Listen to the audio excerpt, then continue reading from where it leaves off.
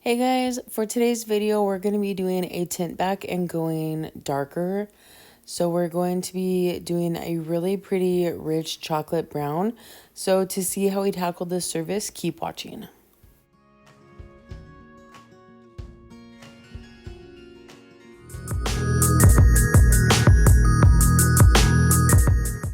You can follow me on Instagram at Christy@thecottage.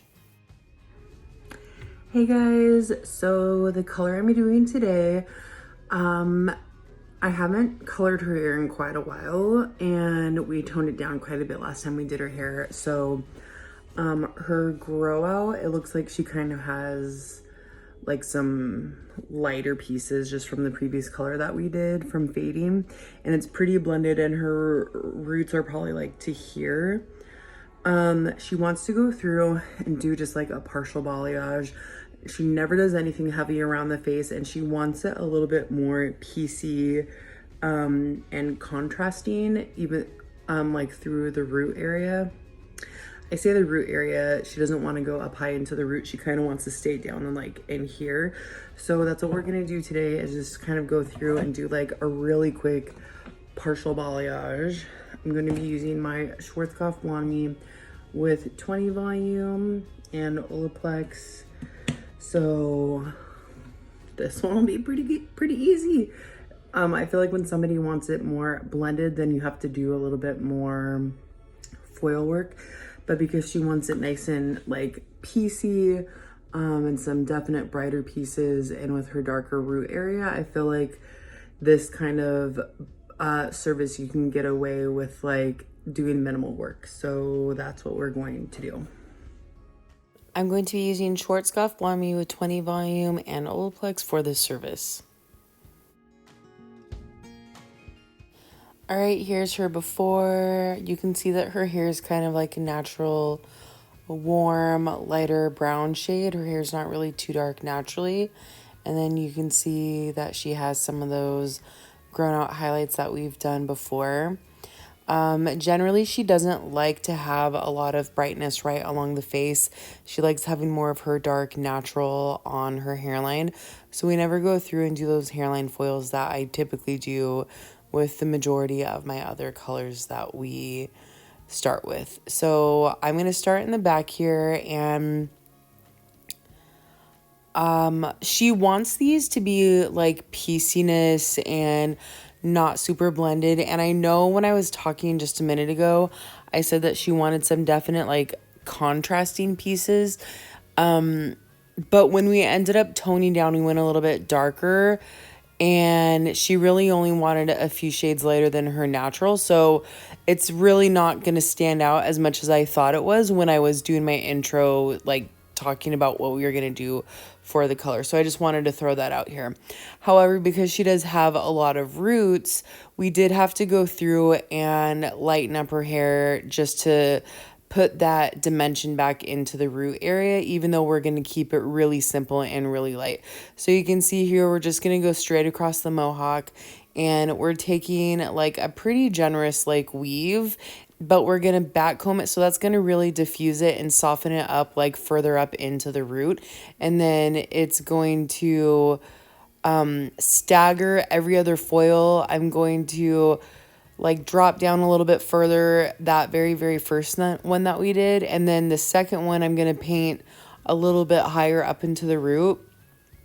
And then the second one, or the next one after this, we're going to drop down, and then so on and so forth, where we're going to go up a little bit higher, a little bit further, a little bit higher, a little bit further. And then the highest one will be the closest to the face, is where we will end off at. But that is a good way to do this type of foil when you're going straight down the mohawk, because if you just keep the foils like the same distance, and if you're not making sure to like weave and back comb and try to diffuse the line as much as you can, this very easily can turn into just like grown out highlights if you're not careful. So make sure that you're kind of staggering the foils, going a little bit higher here, a little bit lower there, dropping it down. That way it creates more of a balayage look versus just like streaks in the hair. So that's something that you really need to pay attention to when you're doing a service like this, going straight down the mohawk.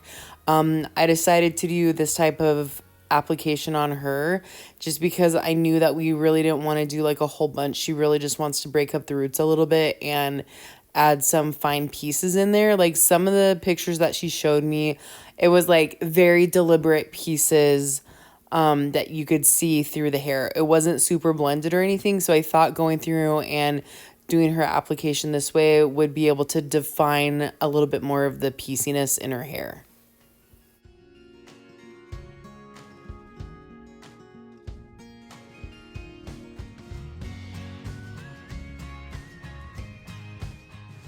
I want to point out earlier when I was talking, when I listened back, I described something as soft and light.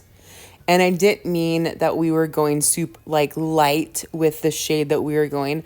I meant like a lighter touch. Like we're not going in heavy-handed. We're going in a little bit lighter with our application, meaning we're not doing like a super heavy foil of an application. So I just wanted to clear that up.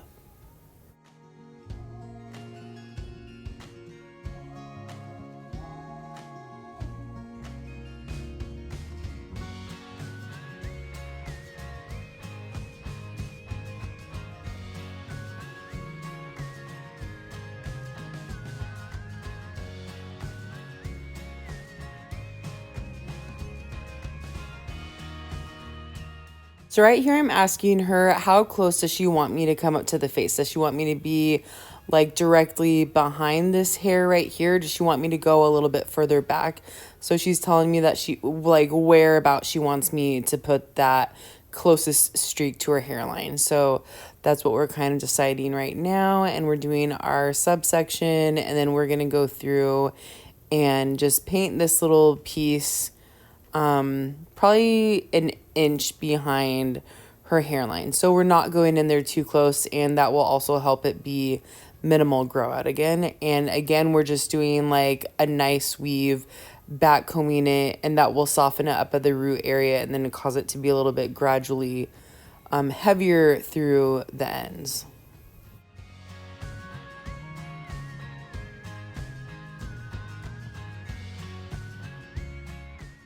I also want to say I really like doing this kind of application. It's just so much easier. It takes out the guesswork for when you're trying to accomplish like a subtle balayage, or even if you want to do like a heavier quote unquote balayage.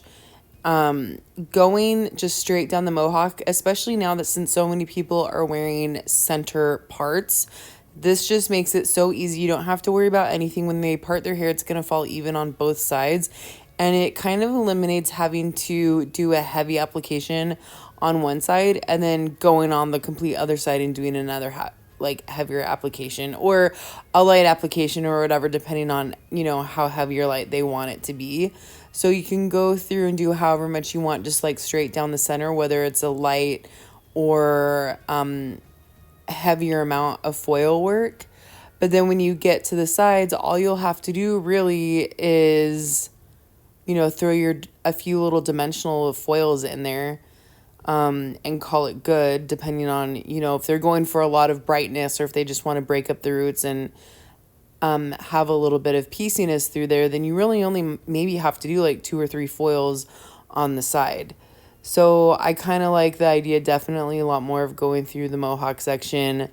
I feel like sometimes you have to worry, like flip back and forth and crap, how far up did I go on this side, or did I do a slice, or did I do a weave, or what did I do? And I feel like just going straight down the mohawk just makes it so much easier, where you can just like hurry up, throw the foils in, and then not really have to worry like, am I being even and creating enough balance on both sides? So I just wanted to throw that in there. So by this point in the service, I realized that we're not going to be toning to be super bright like I kind of thought we were going to do in the beginning. We're going to be toning down. So I did end up letting this set a little bit longer, and we're going to get into why.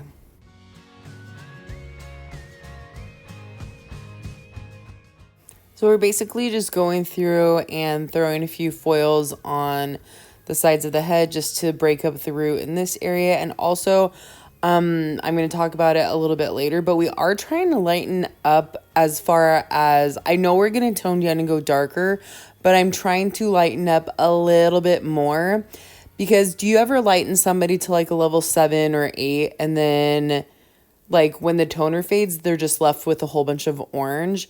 I'm trying to lift her beyond that so that when the toner fades, it's going to be springtime. She'll kind of have like a softer, warm blonde tone on her hair already from the toner fading.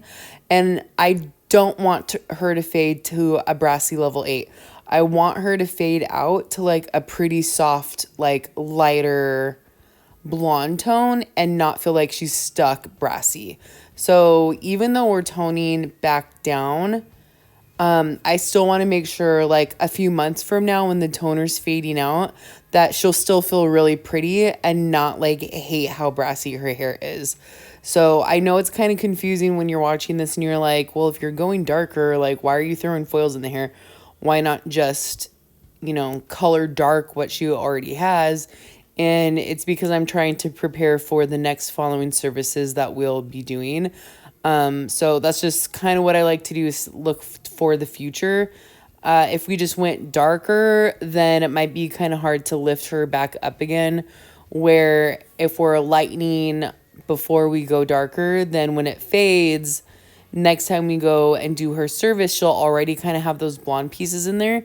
So we won't have to work as hard to lighten her up. She already will be kind of lighter. So I don't know if that's confusing. I don't know if it makes sense. Makes sense to me.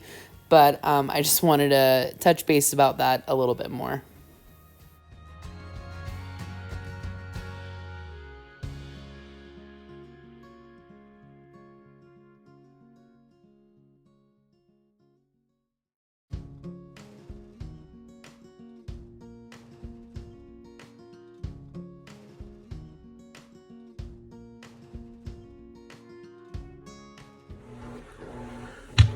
Okay, so I just got done lifting my client and I lifted her probably to like a level, she's probably sitting at like a level 9, 8, 9 or whatever. So she wants to tone down a little bit darker. So to tone her down, I'm gonna put a little bit of warmth in the formulation. She wants to tone down to be darker and more of a warmer tone. So just to kind of help fill her hair a little bit, I wanted to lift her beyond being brassy because when the toner faded, I didn't want her to feel, super orange or brassy, whatever. Because like in the spring, summer, she's gonna want to go brighter. So I figured if we lift her a little bit more, then by the time that comes, she'll already have a little bit of lightness in her hair. But when we tone her, I am gonna put that warmth back in her hair because when it fades, it's gonna fade out and be more of like a soft blonde color. So to fill her hair a little bit, I'm gonna do 9546, just a smidge of the 757, which is kind of like a copper undertone. That way it puts those like warm pigments back in the hair. Like a 66, which is like a dark blonde chocolate. And then just to cool her down so she's not overly warm or overly like coppery or whatever, I'm gonna do some 7-1 to just cool it down slightly. So I don't know if that like formulation makes sense to you guys, but when you lift to like a level 7, it's like very orange, and when the toner fades out, I don't want it to fade out to an orange. That's why I lifted beyond that to like a level 8.5, 9-ish, just to be like a prettier blonde when the toner fades out. So that's what we're going to do to mix. All right, so the majority of my formulation was the 9546 and the 66. The rest of the formulation was really just a little smidge of the 757 and of the 7-1. So I know that's kind of confusing. I don't really measure. I just kind of free pour my formulations. That's why it's hard for me to always write it down for you guys because I don't ever do like a quarter of this and half an ounce of this or whatever. I measure in grams, so then I feel like I'm able to like be a little bit more like free pouring versus like have to stay within like half or a quarter of an ounce. So, sorry, I know it can be confusing, but sometimes I mix so many things together that it's just impossible if unless I was using like just two toners and I could say like, okay, I use 3/4 of this and just a quarter of that. Like I rarely measure that way, and half the time like I'm just really just free pouring, and like I know I only need this much of this formulation and this much of this toner to add to it or whatever. So that's why it's hard for me to like make note of it for you guys. That's why I try to really explain what I'm using and how much and just a little smidge of this, but the majority of my formulation is that. So sorry about that, you guys, but that's just the way that I work. So here's her color. You can see through the root area, even though we toned her back down, she still has some of those pieces that are definitely a little bit more contrasting in the root area. And she was actually really, really happy with how this turned out. I didn't think that we were going to go this dark when the service first started, but she was really happy with it, and being able to see a little bit more of that pieciness in the root area is exactly like what she wanted though. So here's her before again. And here's the after. It looks a lot darker in this lighting than it did over in the other side. It's like without the natural lighting that we don't have right now, it's just really hard to see and gauge what it actually looks like. But it definitely doesn't look quite this dark. But and then of course as the toner fades, those little pieciness will show through a little bit more of the highlights that we did. So thank you guys so much for watching. She was really happy with this color. I really liked it. Just a really pretty chocolatey brown color, and then it will be perfect when spring rolls around. So thank you guys so much for watching. I hope you liked the video, and don't forget to like and subscribe.